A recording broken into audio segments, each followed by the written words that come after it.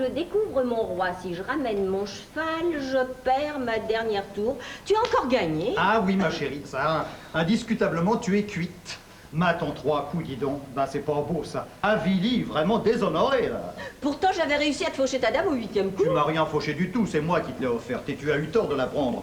Le sacrifice de la dame est un des plus vieux pièges des échecs, ma chérie. Allons, voyons, veux-tu ta revanche? Merci, je n'ai pas le goût du martyr. Comme tu veux.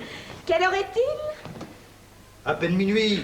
L'heure idéale pour boire un verre. Tiens, scotch, gin tonic, autre chose. Un petit scotch. Un petit scotch, je te sers ça. Hugues, Oui? pourquoi joues-tu si bien aux échecs? C'est agaçant, tu n'as aucune des qualités requises. En toute logique, tu es le type même du monsieur qui ne sait pas jouer aux échecs. Mais je ne sais pas jouer aux échecs. Je suis imbattable aux échecs, ce qui est tout à fait différent. Puis ce soir, tu n'as pas fait ton jeu habituel. Je me sens un peu fatiguée.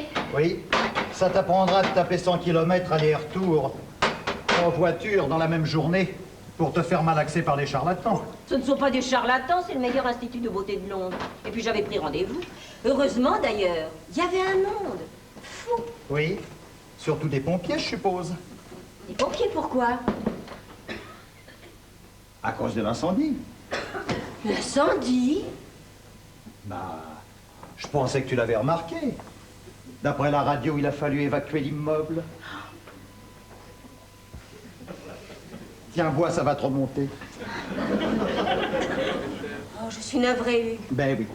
J'aurais dû t'avouer tout ça depuis déjà pas mal de temps. Ben oui, mais je travaille à la BBC, il est tout à fait normal que ce soit la radio qui m'ait appris mon infortune. Et il s'appelle comment, le lauréat? John Brownlow.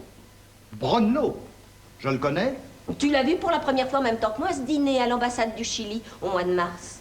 C'est pas le soir où je me suis engueulé avec ce type au sujet du nombre de marches de l'escalier de la Tour Eiffel? Si. Tu étais tombé dans le whisky avant de passer à table, il n'avait pas eu le temps de sécher. Le pauvre. Tu as failli le gifler. Oh bah écoute, il m'agaçait ce type. Il n'était même jamais monté en haut de la Tour Eiffel. Moi si. Par l'ascenseur. Eh ben et alors, ça change le nombre des marches? Oh Lise, ah non, oh ne me dis pas que c'est lui. Oh, celui-là était chilien. John est anglais. Ah, Dieu soit loué, il est anglais. Ah bon, il est anglais. Alors attends un peu que je me remémore cette soirée. Tu devais avoir, ce jour-là, autant que je me souvienne, tu devais avoir un Uruguayen à ta gauche et un Paraguayen à ta droite. Mais où diable était-il cet anglais, je ne le situe plus. Juste en face de moi, derrière le chandelier. Je ne voyais que ses yeux. Oh. Et que fait-il dans la vie quand il a fini de lorgner les femmes des autres par-dessus les chandeliers? Il est agent de change. Ils invitent n'importe qui, ces Chiliens, vraiment. Oh, je vois. Oh, c'est pas ce type qui portait une sorte de jabot de dentelle très élégant. C'était lui. Ah bon? Ah, oh! Oh, ben il m'avait beaucoup plu à moi aussi, tu vois. Il m'avait dit que mes émissions à la BBC étaient les seules qui le faisaient rire. Tu te rends compte? Mais c'est vrai, il te trouve très drôle. Oh! Tout le monde te trouve très drôle. Qu'est-ce que ça va être maintenant? Je suppose qu'il t'a téléphoné dès le lendemain. À midi, pendant 40 minutes. À midi? À l'heure de l'ouverture de la bourse? Eh ben dis donc, t'avais dû le mettre dans un drôle d'état. Il voulait que nous déjeunions ensemble. J'ai refusé. J'ai refusé pendant 18 jours. C'est beau, c'est très beau. Quand on pense qu'à Hastings, l'armée anglaise n'a tenu que 12 heures devant Guillaume le Conquérant, c'est très très beau. Bref, tu as fini par déjeuner. Et quand es-tu écroulé pour la première fois? Environ 3 semaines plus tard, je ne sais plus très bien, le soir où j'ai accepté d'aller dîner chez lui. C'était un mardi. Un mardi, oui. Ah bon, c'est bien le mardi pour faire ça, c'est bien. Et je dînais où, moi, ce soir-là? Au Savoy avec ton éditeur. Mon éditeur, attends un peu, j'ai dîné avec lui qu'une seule fois depuis l'hiver dernier. Un soir où tu m'avais dit que tu allais à l'opéra avec ta maman. C'était ce soir-là, Hugues. Ah, ta maman est dans le coup. Oh, comment peux-tu dire une chose pareille? non. Elle t'adore. Ah non. Ah non. Non, pas maman. Non, pas maman, non, pas maman, non. Mea culpa, pas maman. Elle est allée à l'opéra sans moi, voilà tout. Je lui ai dit que j'avais la migraine. Et c'était vrai, tu sais, je l'avais. Ne crois surtout pas que j'étais heureuse. Oh, bah, je sais bien, c'est pas des moments rigolés. Ça a dû s'arranger au bout du compte, quand même. Comment tu dis Gromelot? Brownlow. Braun! Ah, Braun, j'avais compris Grom. Ah, Braun, faut bien que je m'imprime ça dans le crâne. Parfait. Où vas-tu? Me servir un autre verre? Tu en veux un? Non, merci. Dis-moi, Hugues, Oui. quand as-tu commencé à avoir des doutes à mon sujet? La première fois que je t'ai rencontré, ma chérie, tu vois. Je me souviens très bien, c'était cette joyeuse vente de charité en plein air. Tu étais derrière ton comptoir. Je t'ai regardé, comme ça j'ai pensé que tu étais trop belle pour moi tout seul. mais que ça valait la peine d'essayer. Alors je t'ai acheté 2 jambons d'York, et puis voilà. Et après, plus jamais de soupçons, d'inquiétude. Plus rien pendant 15 ans. Jusqu'à la semaine dernière, où mademoiselle Forsyth, ma secrétaire, m'a confié qu'elle t'avait aperçu la veille dans une agence de voyage, escortée par une sorte d'Apollon aux yeux de braise. Alors, comme tu m'avais dit que ce jour-là, tu allais au cinéma avec ton amie Margaret, je me suis brusquement trouvé nez à nez avec un énorme point d'interrogation. Et les yeux de braise du monsieur en question n'ont rien arrangé. Je t'ai imaginé en train de grésiller lentement, comme une sorte de méchoui. Et pendant 15 années de mariage, l'idée ne t'était jamais venue que ça pouvait m'arriver. Au début du printemps, tout de même, si je crois que c'est le jour où je disputais la finale de la Coupe du Club contre Billy Kern, je t'ai vu arriver et je me suis demandé un instant pourquoi diable tu avais l'air tellement heureuse. C'était une bonne question à piocher, ça. Eh oui, mais nous étions à 4 jeux partout dans le dernier set, alors je me suis dit qu'il fallait d'abord que je liquide Billy Kern et que je verrai après. Et après, tu n'as plus rien vu. Pas même le jour où tu m'as trouvé en larmes sur le banc au fond du jardin. J'ai pensé que tu pleurais de joie ou d'émotion. Écoute, l'année dernière, à Huile-la-Poule, tu as sangloté devant une aurore boréale, alors... Elles sont assez rares dans la banlieue de Londres. Oui, mais tu aurais pu voir autre chose. Au fait, qu'est-ce que tu avais vu ce jour-là? J'avais vu John Brunlow. Et j'avais accepté d'aller dîner chez lui le lendemain soir. C'était de honte que je pleurais. Eh ben, je sais bien, oui, oui. Ça doit être très humiliant pour une femme d'être mariée à un cocu, ça, je sais bien, ça. Je t'en prie. Garde tes bons mots pour les mystères de la BBC. Je ne t'avais pas encore trompé, Hugues. Et si tu avais eu le moindre geste vers moi ce jour-là, je ne t'aurais jamais trompé. Je ne demandais que ça. Et moi aussi. Eh bien, il fallait t'en préoccuper davantage. Deviner, savoir. Jamais femme décidée à se défendre n'a eu autant besoin d'un homme que j'ai eu besoin de toi. Si tu savais à quoi j'ai dû résister devant John pendant 3 semaines. J'avais la sensation d'être penchée au-dessus d'un gouffre avec en même temps la terreur et l'envie de tomber dedans. Oh, tais-toi, quelle horreur. Oh, tu me donnes le vertige. Et toi, pendant ce temps, tu continues à être le type le plus drôle de toute la BBC. Ah bah oui, je ne pouvais pas deviner que cet agent de change te donnait à toi aussi le vertige. Pardonne-moi, tu en avais vu d'autres. Oui, oui, mais je n'avais pas encore vu celui-là. Et tu aurais dû t'en vérifier, toi aussi, dès le premier jour. John Brunlow est un des hommes les plus attirants de Londres. Il a déjà été marié 3 fois, et 3 fois à des femmes ravissantes. Remarque Brunlow, le chèque aux yeux de braise. Dis donc, c'était pas intéressant. Tant mieux si ça te fait rire. Oh, je crois que je me force un peu, tu vois. Oui. Je me demande finalement si mademoiselle Forsyth a été bien inspirée d'entrer dans cette agence. Qu'est-ce qu'elle y faisait au juste? Elle a décidé de passer ses vacances à Florence, et c'est une mordue de la Renaissance italienne. Vous la rencontrerez probablement, elle compte pousser jusqu'à Rome. Pourquoi vous la rencontrerez? Bah, vous étiez bien en train de retenir des places pour Rome. Pas moi, John. Il a une affaire à traiter là-bas. Il part seul. Seul dans 2 couchettes. Oh, je le voyais pas si gros, tu vois. Bon, tu as gagné. Nous partons ensemble dimanche matin.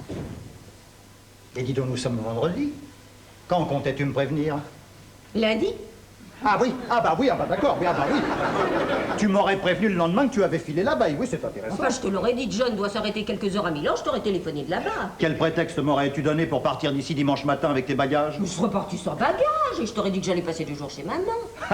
Elle doit commencer à être bien amortie, ta maman, dis donc. Encore une fois, elle n'est pas bien, maman. Non, pas maman, non, pas maman, non, pas maman. Elle m'adore, je sais bien, ta mère m'adore, ta maman m'adore. J'épouse la fille, c'est la mère qui m'adore. C'est comme ça, c'est comme ça. Tu veux le divorce, naturellement. Tu vois une autre solution? J'aimerais bien en voir une. Écoute, ma petite Lise, je serais navré que tu prennes ça pour de la méchanceté, mais tu n'es plus ce qu'on appelle une toute jeune femme. C'est vrai. On vieillit vite sur les îles désertes. Eh oui, eh oui. Je suis moi-même un vieux cheval en train de boucler son 50e tour de piste. Je sens que l'arrivée n'est plus tellement loin, tu sais. Ça fout le camp de partout, je sens. Je sens que je me détériore. Oh non, n'essaie pas de me faire le coup de la pitié pour les poux vieillissants, ça ne prend pas. Cherche autre chose. Bon, eh ben, je vais trouver autre chose. Non, alors soyons sérieux. Lise, nous avons 2 enfants. Ah, voilà les enfants. Ah, Voilà les enfants, je les attendais. bah oui, 2 enfants qui sont encore jeunes. 2 enfants qui nous aiment et que nous aimons. Alors, as-tu pensé que tu vas les rendre orphelins? Orphelins, comment ça? Bah, tu pensais que tu vas les abandonner? Pas du tout, c'est toi que j'abandonne, pas eux. Ils vivront avec John et moi. Ah bon? Et moi, je vais vivre avec qui, alors? Oh, je n'ai aucune inquiétude à ce sujet. Mon absence n'aura pas plus d'influence sur ta vie que ma présence n'a pu en avoir. C'est-à-dire aucune. Je ne t'ai jamais servi à rien. Pourquoi dis-tu ça? Oui, oui, je sais, mais ce genre de service, un tas de jolies filles ne demanderont pas mieux que de te le rendre. En tout cas, il n'y en a pas beaucoup jusqu'ici qui te l'ont refusé. Mais 27, ma chérie, quand même, eh oui. Il en restera toujours assez pour meubler ta solitude. Mais bien sûr, pendant que tu meubleras celle de Brunlo. Ah, John a besoin de Oh moi. oui, alors, il a besoin de toi, il a besoin de toi. C'est à la portée du premier venu d'avoir besoin de toi, tu sais. C'est pas un exploit. Il y a qu'à te regarder, à fermer les yeux, ça marche à tous les coups. Oh, tu confonds le besoin et l'envie, ça n'a aucun rapport. En es-tu sûr? Mais bon Dieu, qu'est-ce qu'il a de plus que moi, ce type? 11 ans de moins. Y aurait-il là une allusion déplaisante à mon état général? Ah, tu sais très bien que non. Ah. Dieu sait que ton état général n'inspire aucune inquiétude. Même quand tu jures que tu as passé toute la nuit à jouer au poker avec ton ami Sam Dering, alors qu'il est parti l'avant-veille pour les îles Canaries. Je croyais que nous ne devions plus jamais parler de cette histoire idiote. Sois tranquille, c'est la dernière fois. D'ailleurs, tu sais, ma chérie, Brunlo a sûrement un vieux copain, lui aussi. Hein. Ne te fais pas d'illusions, nous en avons tous un. Tu sais, et étant donné votre différence d'âge, tu ne vas même pas tarder à t'en apercevoir. Je n'ai que 3 mois de plus que lui. Oui, je sais bien, aujourd'hui, ça n'a l'air de rien. Mais attends 50 ans, attends simplement 50 ans. Qui cavalera pour savoir le sexe des anges? Brunlo. Et voilà, j'avais toujours espéré que nous pourrions avoir au moins une fois dans notre vie une conversation sérieuse. Eh bien non, rien à faire. Quoi? Pas même le jour où je te quitte. Tu es un pitre. Mais je ne plaisante pas du tout. J'en ai peut-être l'air parce que je descends d'une vieille famille écossaise qui a toujours réussi à vendre du désherbant pour du whisky millésimé, mais ça ne veut rien dire. Et j'aimerais quand même que tu me dises, toi, ce que ce Brunlo a que je n'ai pas. Tout. Il est amoureux, lui. Il est attentif, il est prévenant, il est loyal, il est fidèle, il est ému. Il est ému? Oui, parfaitement ému. Ému quand j'arrive, ému quand je pars, ému quand il me regarde, ému quand il me parle, ému quand il me touche. Ah, il est tout le temps ému, c'est un type ému, bah oui, c'est mal. Toute une vie en face d'un type qui se met à bredouiller chaque fois qu'on ouvre une porte, faut vraiment aimer ça, enfin. Et à part ça, puis-je savoir dans quelles conditions de confort il compte faire vivre mes 2 enfants? J'espère qu'ils auront quand même un bout de jardin pour s'ébrouer, ces chers petits. Ils auront 250 hectares de bois et de prairies dans le Kent avec un château de 30 pièces au bout. C'est une colonie de vacances. C'est le berceau de sa famille. Sa mère y vit encore. Pauvre vieille dame perdue dans cette immensité, avec de la luzerne jusqu'aux genoux, quelle horreur. Bref, Dick et Sheila devront faire en moyenne 2 ou 3 heures de marche par jour pour trouver des petits camarades. Tu as pensé à ça? Ils ne seront pas seuls, les 3 enfants de John et Vivi. Ils sont sensiblement du même âge que les nôtres. Et je peux t'assurer que ce sont vraiment de très beaux enfants. Ah, mais le Kent a toujours été une région renommée pour ses élevages, c'est bien connu. Naturellement, tout ça est hypothéqué jusqu'aux oreilles. Quoi tout ça? Bah, la baraque et le bout de terrain, je suppose que Brunlo doit payer d'énormes pensions alimentaires à ses anciennes épouses. Tu t'es renseigné? Il ne paie aucune pension alimentaire. Ses 3 femmes sont remariées. Il les recasse. C'est un génie, ce type, tu sais, faut lui dresser une statue, vraiment. Qu'est-ce que tu veux faire? Qu'est-ce que tu veux faire contre un type semblable? Plus rien maintenant, Hugues. Oh. Mais tu aurais pu faire quelque chose avant si justement tu avais été un autre genre de type. Dès que j'ai compris qu'avec John, je ne serais pas le plus fort, je t'ai supplié de lâcher tes micros et tes petites amies et de m'emmener n'importe où. Tu as pris ça pour un caprice et tu as refusé. Mais je refusais, alors ça aurait servi à quoi? De toute façon, c'est Brunlo que tu aurais vu assis devant toi en train de faire tourner son verre de cognac entre ses mains. C'est Brunlo que tu aurais entendu se brosser les dents dans la salle de bain. C'est Brunlo que tu aurais aperçu de dos sur le balcon drapé dans sa robe de chambre. Seulement, malheureusement, c'est moi que tu aurais vu siffler le cognac, sortir de la salle de bain, se retourner vers toi sur le balcon. Et chaque fois, ça t'aurait flanqué un coup terrible. Mais non, crois-moi, Lise, il vaut mieux s'incliner devant les lois de Dame Nature, notre mère à tous. Regarde les cerfs, voilà un bon exemple. Les cerfs. Les cerfs, les cerfs, les cerfs, les cerfs. Il n'est pas un vieux dicor qui lève un jour le nez au-dessus des fougères.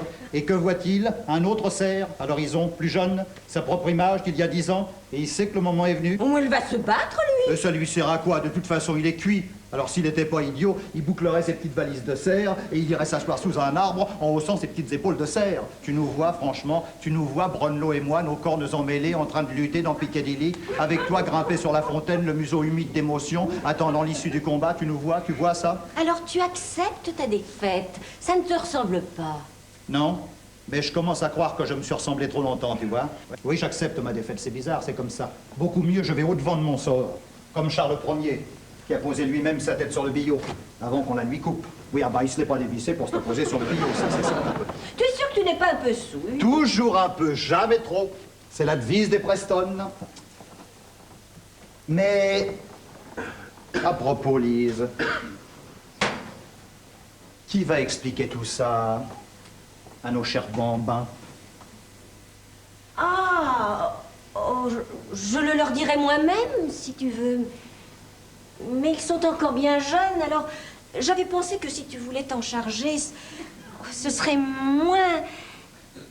Enfin, ce serait plus... Ce serait plus... Ce serait... Ce serait plus quoi? Ce serait plus rigolo? Ça serait peut-être plus rigolo. Oui, effectivement, ça serait peut-être plus rigolo. Ah, ma pauvre chérie. Même dans le bonheur, il y a des moments difficiles à passer. Hein.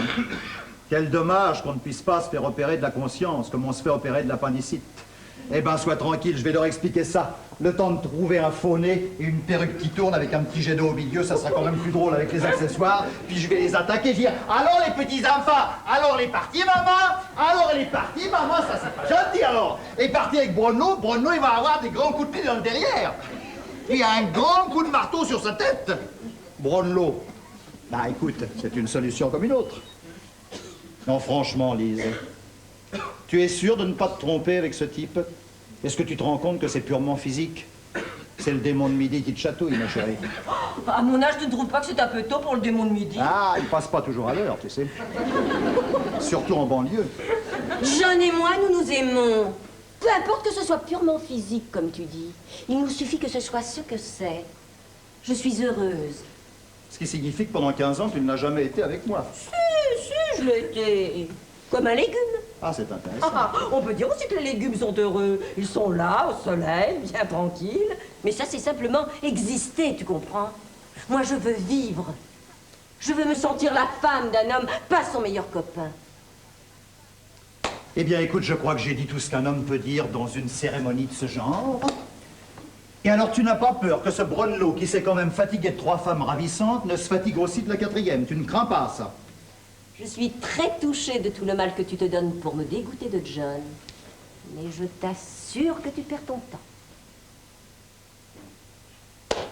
Veux-tu un scotch? Volontiers. Très bien. Ah, avoue que c'est beau la civilisation quand même. Regarde donc, il y a encore seulement 30 000 ans, j'aurais empoigné ma meilleure hache de silex et j'aurais cavalé jusqu'à la caverne de Brunelot pour la lui planter dans le crâne. Alors que nous voici aujourd'hui, toi la femelle et moi le mâle, en train d'examiner paisiblement la situation comme ça, en buvant un verre. C'est merveilleux. Le pacifisme par l'alcool, voilà la vérité. En somme, tu veux bien te battre pour l'escalier de la Tour Eiffel, mais pas pour ta femme. Laquelle? Celle qui pleurait de joie le jour de son mariage ou celle qui s'apprêtait à filer en douce avec Brunelot?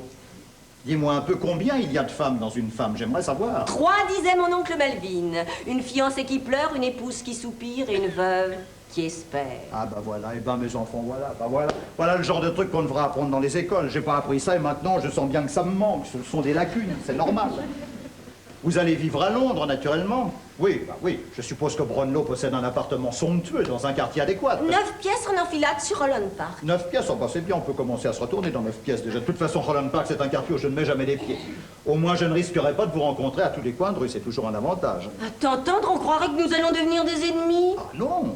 Je veux au contraire que nous restions amis, et John y tient autant que moi. Ah bon, il ne m'en veut pas, alors? Non,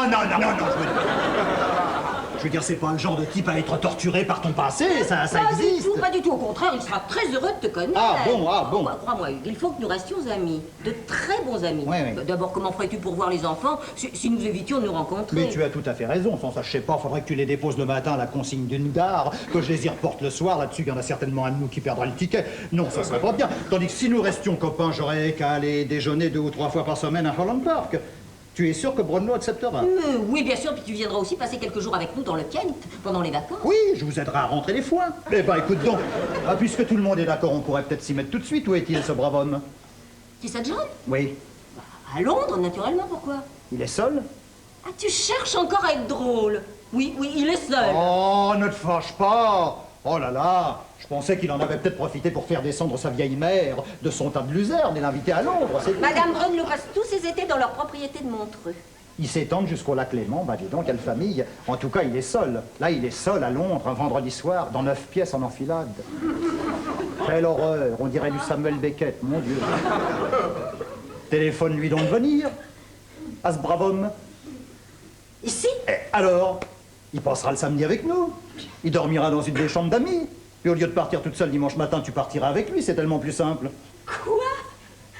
Moi, ta femme, faire venir mon amant sous le toit conjugal pour partir avec lui dimanche matin bras dessus bras dessous pendant que tu agiteras ton mouchoir en haut du perron? Mais tu es dénué de tout sens moral, mon pauvre Hugues. Et toi, de tout sens pratique, ma pauvre Lise, pardonne-moi, un divorce, c'est pas une surprise partie, ça s'organise. Et puis dis donc, c'est toi qui as insisté pour que je rencontre Brunello. Après? Après quoi? Après le... Eh ben après le... Oh, je ne sais plus ce que je dis, Eh ben, moi. oui, ça c'est la fatigue, tu devrais prendre un peu de méthanol. Oh, fiche-moi la paix. Ah, Et d'abord, pourquoi? pourquoi quoi? Qu'est-ce qui te fait tellement souhaiter que je fasse venir John ici? Qu'est-ce que tu es en train de mijoter dans ta sale caboche, Preston? Oh, vraiment rien, ma pauvre chérie, tu sais, tu me vois... Eh bien, tant mieux. Comme ça, au moins, tu ne seras pas déçu. Il n'y a que moi qui pourrais décider de John à venir ici, et je ne le ferai pas. Très bien. Ah. Oh, puis j'ai assez bu, je vais me coucher. Eh ben d'accord. Bonne nuit. Bonne nuit. En tout cas, ne te fais pas de soucis pour le divorce. J'ai décidé de prendre la totalité des torts à ma charge. Je ne savais pas que la BBC était une pépinière de nobles chevaliers. Mais je n'ai pas le droit de refuser à cause des enfants. Ah, pour les gosses, tu ne peux pas, non? Merci, Hugues. Mais dis-moi, comment comptes-tu t'y prendre? Tu vas aller à Brighton et te faire pincer avec une grosse blonde? Bon, penses-tu, à cette époque de l'année, d'abord, il n'y a plus une seule grosse blonde de libre à Brighton. Puis ce serait vraiment trop bête d'aller dépenser de l'argent à l'extérieur, alors que je peux très bien faire ça ici gratuitement et dans des conditions de confort incomparables. Ici, à la maison? Eh ben, et alors? Et alors? Entretien de rapport physique avec une concubine sous le toit conjugal? Ça ne pardonne pas, ma chérie. Oh, tu ne parles pas sérieusement. Mais très sérieusement. Ce serait un scandale affreux. Que dirait Madame Gray? Oui, eh ben, pour une fois, cette vieille bique aurait quelque chose à dire, justement. Oui, monsieur le juge, je l'ai vu comme je vous vois, en portant le petit déjeuner à cette dame le dimanche matin. Monsieur était dans son lit en pyjama, il la tenait par le cou. Et quand le juge aura vu Patipat, il comprendra tout de suite de quoi il retourne. Qui est Patipat? Mademoiselle Forsat, ma secrétaire. Elle s'appelle Patricia, alors à la BBC on l'appelle Patipat, je sais pas pourquoi. C'est ta secrétaire que tu as l'intention de tenir par le cou chez moi dans son lit en pyjama? Mais oui, mais ma chérie, je ne trouverais pas mieux. Puis qu'est-ce que ça peut te faire?